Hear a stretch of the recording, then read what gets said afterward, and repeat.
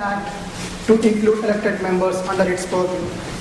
Without further ado, I would like to invite Dr. Jayaprakash Narayan to talk on today's topic, bringing governance to people's doorsteps.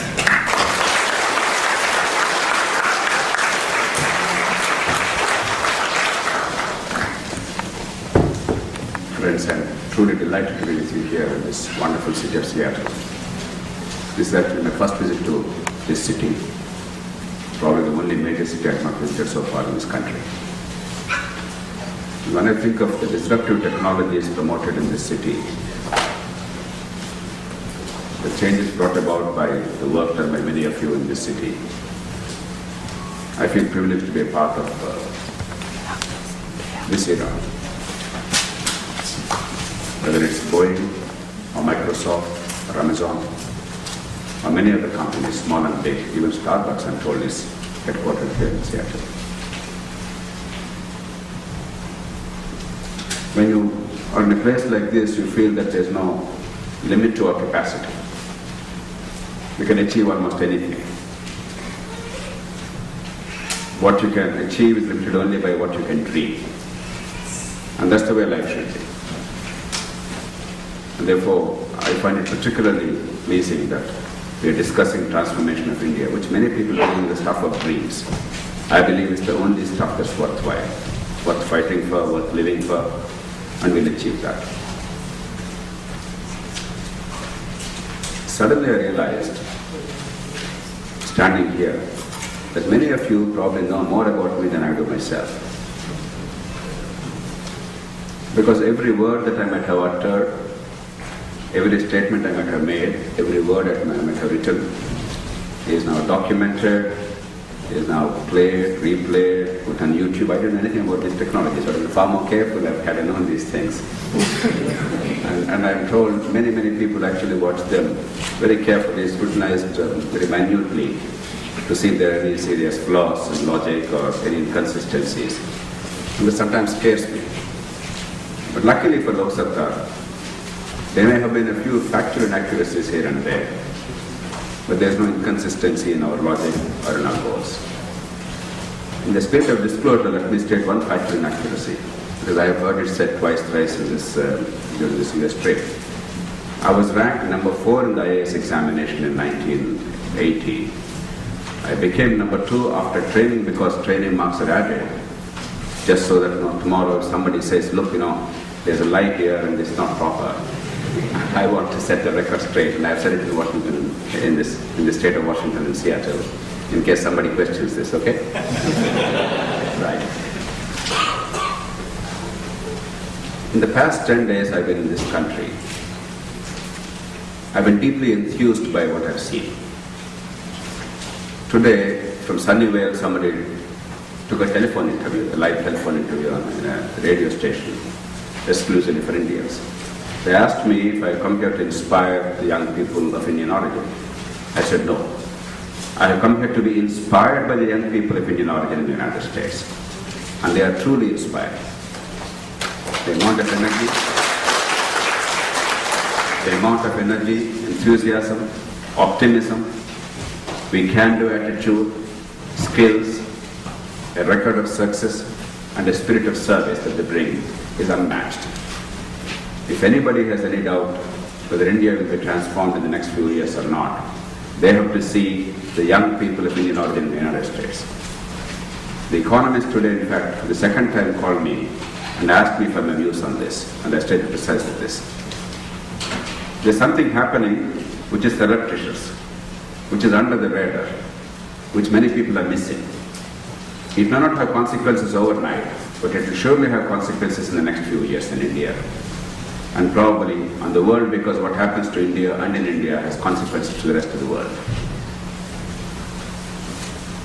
Oftentimes people ask me, yesterday somebody asked me, 14 years of work and still there is corruption in India, still there is a lot of maladministration in India, we failed spectacularly. I said, yes, no doubt about it. Mahatma Gandhi has failed spectacularly. He fought for an India which was united, but he could not keep India united. He fought for an India with decentralized power, but he could not guarantee that through the Constitution. He fought for an India which was full of integrity and no corruption. We have an India which is full of corruption. It's not an individual or two, however worthy and well-meaning they are, that will bring about change. It's all of us together that bring about changes. Technology can be transplanted easily. Today, Anil and I were discussing on our way from the airport. Technology can be transplanted easily. Your software, internet, and the many web-based technologies are a classic example of that. They are very disruptive.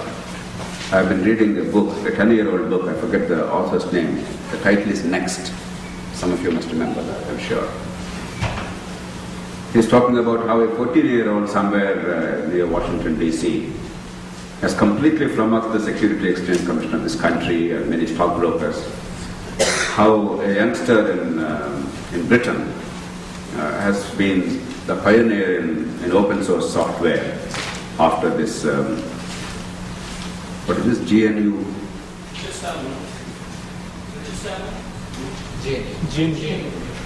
After this GNU stuff. That kid of, after that kid of 14 years of age in Britain from a poor family, just with access to computer, has dramatically brought about changes in the world. What is worried about him?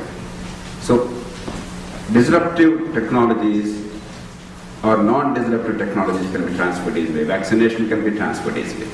It doesn't take much time or effort. You have a great 911 in this country. Anil and his colleagues worked in India to build an equivalent of that in India called 108 EMRI. I can guarantee you, despite the fact that the originator, the founder of EMRI, he proved to be somebody of less than adequate virtue, let us say. But that apart, the accomplishment of 108 is remarkable. Today, 108 in India, EMRI, is a match for 911.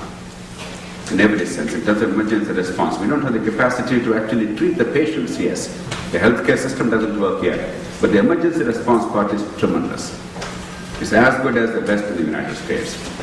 What it means is technology can be transplanted, improved upon, with consummate ease and tremendous speed. But institutions take time. Practices take time. Healthcare in this country, see how long it has taken to just make one step, to take one little step. Really what happened in the last month was not really a giant step, it was just one little step to expand coverage and to try and rationalize costs in the long term to bring costs under some control. That limited objective took how many years?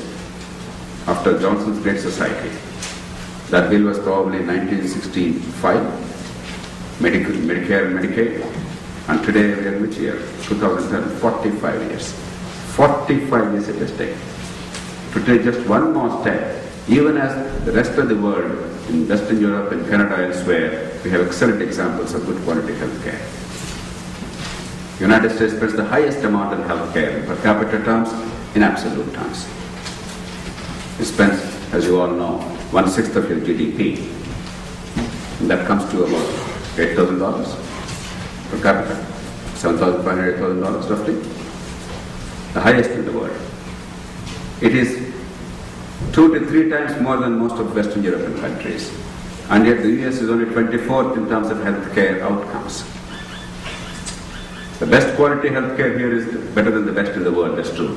But if we actually take the outcomes in terms of disability-adjusted life years that are saved because of healthcare system, then US is ranked only 24th.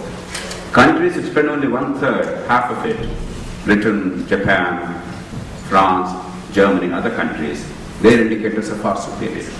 And yet a country as robust as the United States, as sophisticated as the United States, as technologically advanced as the United States, a country with exceptional quality of public discourse is finding it hard to build institutions, improve institutions. That is the nature of human progress. Technology can be transplanted easily, but institutions take time. The challenge is, how do you accelerate institutional transformation? Take campaign finance reform. 1974, that was the year when Richard Nixon was forced to resign for relatively minor misdemeanors. By contemporary Indian standards, what Nixon did was really very small stuff.